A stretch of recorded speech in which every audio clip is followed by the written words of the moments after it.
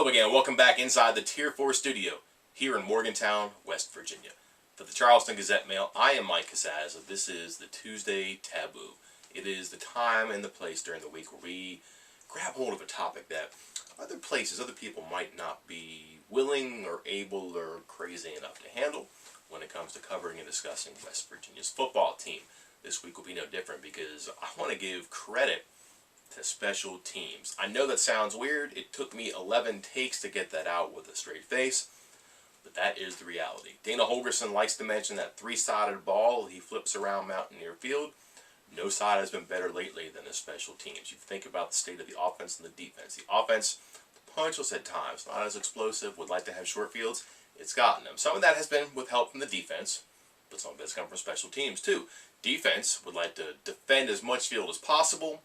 That has been available often because of the contributions from the special teams.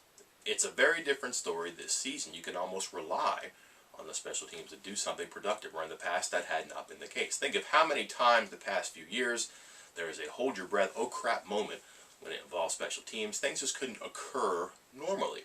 Not the case now. No longer is West Virginia special teams a piñata. Something that people would whack at and get something good out of, something that you would bring up at a party and have a good time with, something that little children can frequently conquer by themselves. It's a benefit right now for the entire football team. Consider that field position is very important when it comes to winning college football games, right?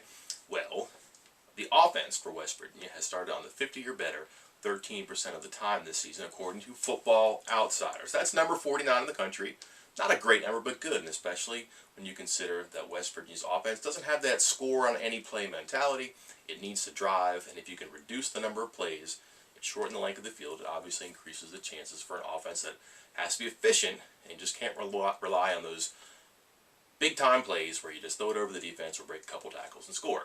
Similarly, the defense has done well, like any defense would, when it's defended longer fields, when West Virginia can't generate the pressure because of the injuries, when it has to play a little bit more passively because of who is not in the back end anymore.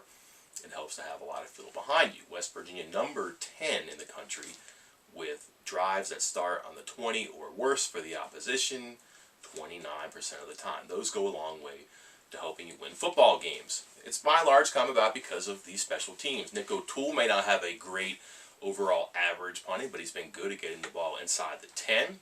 West Virginia is actually number 11 in the country in net punting, which is good. Punt returns, hard to say that West Virginia's been great, but they haven't had a bunch of opportunities. Just 13 returns in the game so far this season.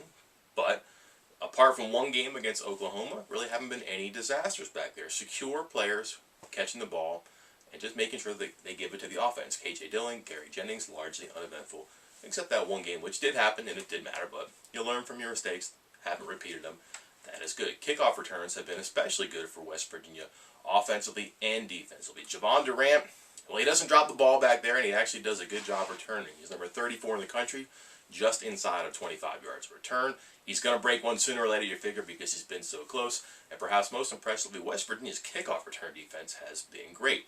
You're probably worried at the beginning of the season because Nick O'Toole was so consistently putting the ball in the middle and to the left that somebody would scheme up a return, would just figure out that was a trend, and they would find a way to break it. Well, the other part of that is that West Virginia knows it has to cover down on that half of the field, has been very good. A list of players making tackles and making big plays affected the game in a big way last week against Texas, which had a couple of good return men and possibilities to do something, but lost a turnover and generally got tackled soon after catching the ball.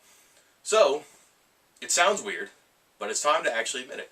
West Virginia's special teams, a strength this season, and the number one side of the three-sided ball.